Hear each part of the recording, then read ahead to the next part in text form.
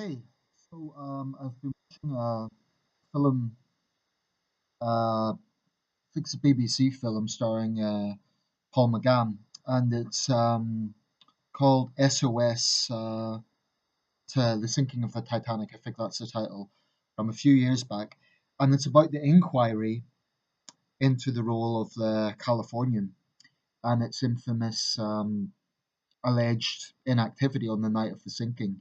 Um, I think it's very difficult to really establish guilt and innocence over a century on when we're looking at 21st century standards.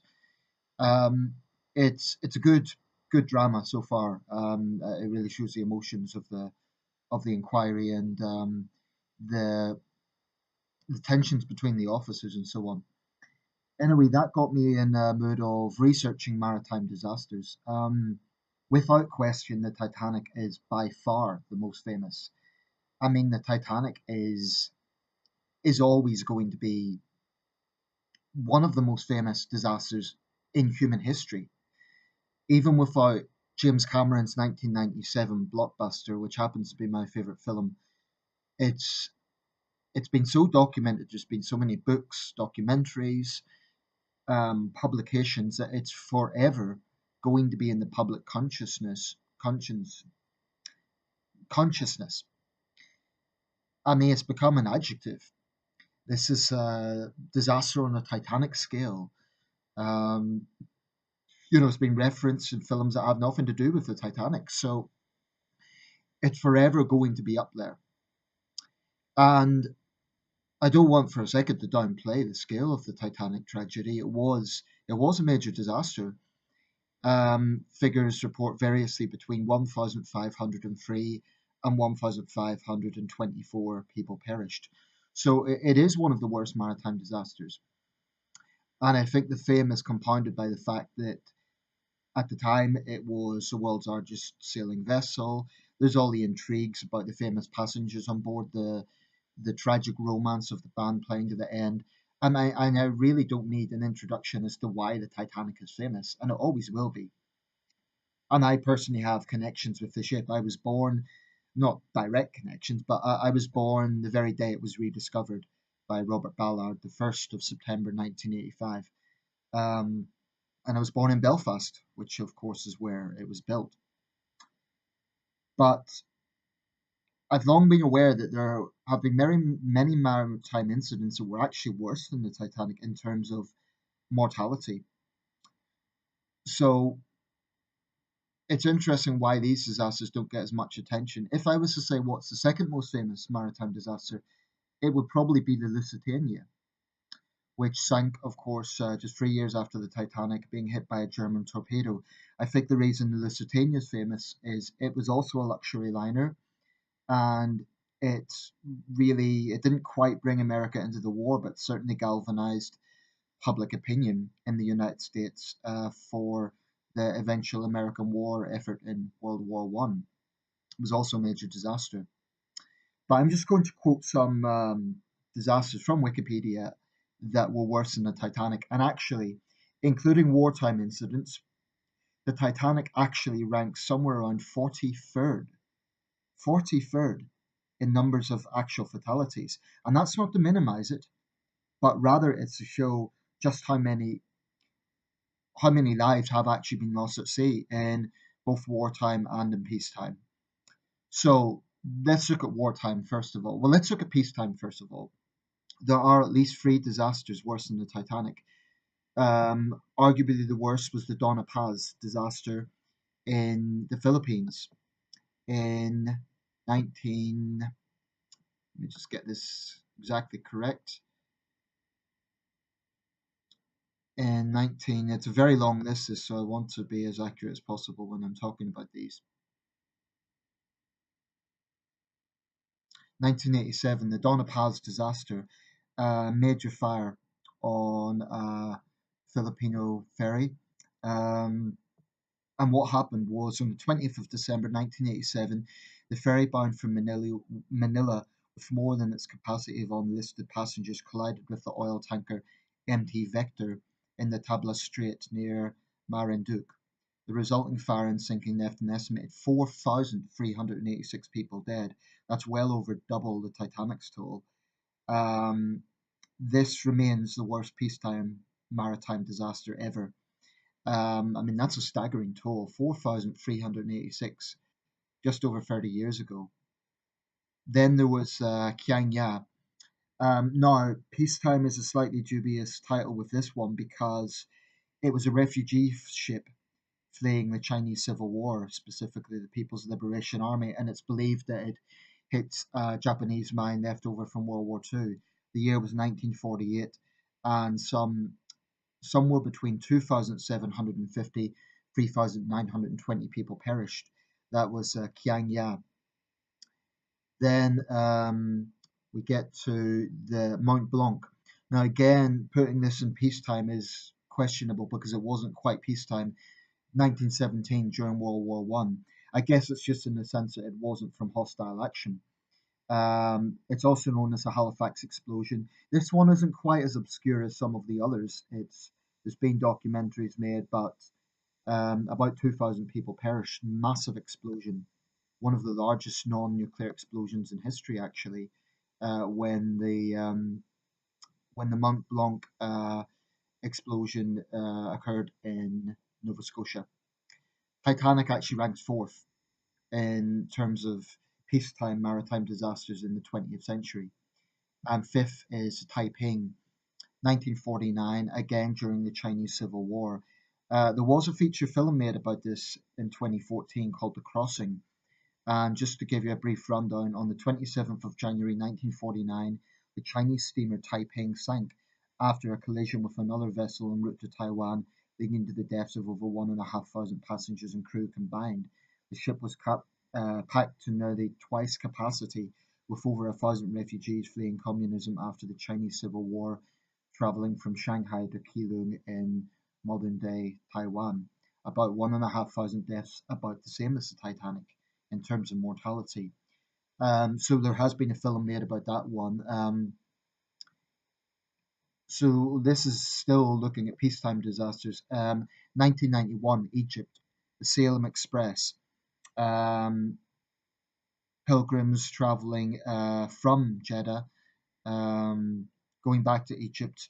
The vessel had 1,600 passengers. It hit a reef, about 1,400 people perished. Now, in the 21st century, we think of the MV Jula disaster, an overcrowded ferry sank off the coast of Senegal, 2002. About 1,900 to 2,000 people died, significantly worse than the Titanic. Now, I keep coming back to the Titanic as a barometer. I think that's important to make the point that, we're never going to see a film about the MV Jula. And that's kind of sad. It's understandable because, people are, whether we like it or not, they're attracted to intrigue and romance. The Titanic had it all. It had some of the most famous people in the world. It had all the stories. It had all the pre-hype of the maiden voyage. What was the MV Jula? An overcrowded ferry in West Africa. So sadly, it's never going to get the same attention. Yet it was deadlier. Now, wartime, there were truly some staggering death tolls during wartime.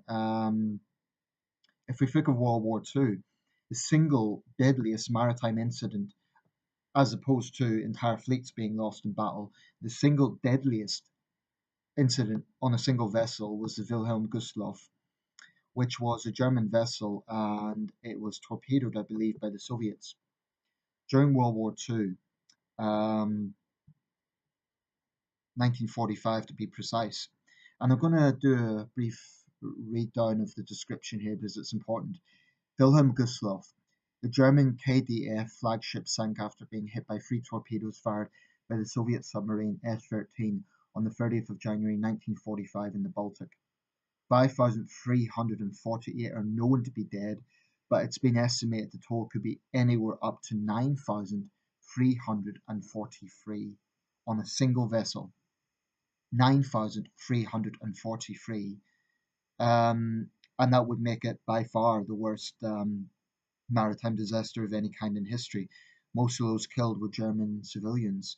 There were military personnel and some Nazi officials, but many civilians died. I mean, it was a war crime.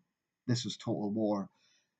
I know there's been some German documentaries, but the Wilhelm Gustloff, really dwarfs the Titanic in scale. Um, the second deadliest, again, a wartime incident.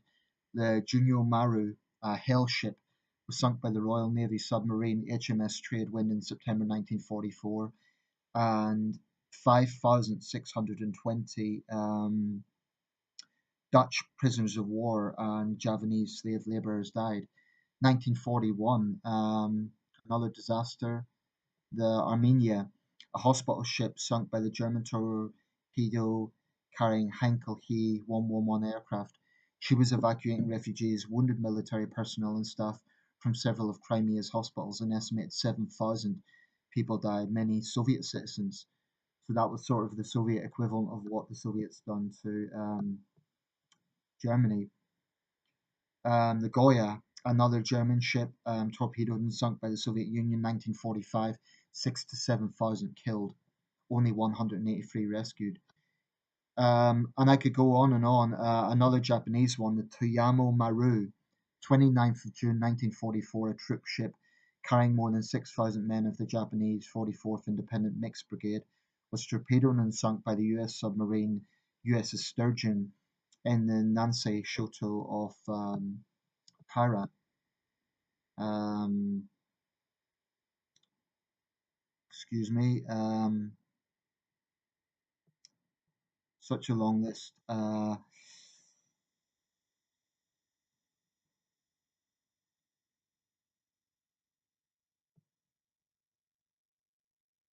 Yeah.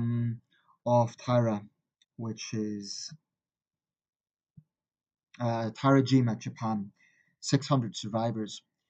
Now, just to put that in context, 5,400 perished. The Toyama Maru disaster. Um, that's about over double the death toll from Pearl Harbor. Now, I don't know whether in Germany and Japan and the Soviet Union, well, Russia, there are documentaries about these incidents, but I mean, the list is frightening. I've just done math on this, and of the Japanese vessels sank alone, over 100,000 dead. Of the German vessels, over 24,000 dead. Now, obviously, these individual disasters are not going to get the sort of attention of the Titanic because it is wartime, but the sheer death tolls are staggering. And it would be easy to dismiss it as well, they're military personnel, but not necessarily. Like these articles say, it included many civilians and prisoners of war. So should we downplay it because it was part of a greater conflict, because it was a part of a greater humanitarian crisis?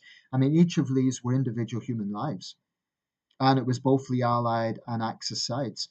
I mean, the worst British World War II disaster, the Laconia, over 1,600, I believe, perished in the Laconia disaster. Um, yeah, the RMS Laconia, 1942, 1,649 to be precise, on the 12th of September 1942, 130 miles northeast of Ascension Island. Laconia was hit and sunk by the torpedo fired by U-156. The U-boat commander ordered a rescue effort after discovering the survivors included hundreds of Italian POWs. An American bomber attacked U-156 despite observing the survivors aboard in what came to be called the Laconia Incident, which led to Admiral Karl Donit's Laconia Order regarding assistance to the survivors of sinking in ships. In all, excuse me, such a long list here. In all, an estimated 1,649 people were killed. I mean, World War II, there has to be over 100 major incidents with hundreds and thousands of people perish. World War One, many, not as many as World War Two, but the point I'm making with all of this is that it's understandable that we remember the Titanic, but sometimes you hear things like the Titanic was the worst disaster at sea ever. It wasn't actually. And as much as I have had a lifelong interest in that ship, maybe it is time, even within the wartime context, that these individual incidents get more coverage, get more documentaries, films. I don't know. I mean, maybe it is time that the Wilhelm Gustloff had a big feature film, a big epic, not to be sensationalist, not to, be glib about it, but it's just a strange thing. I find that when possibly as many as 9,000 people perish at sea, it's still relatively unknown. Let me know your thoughts.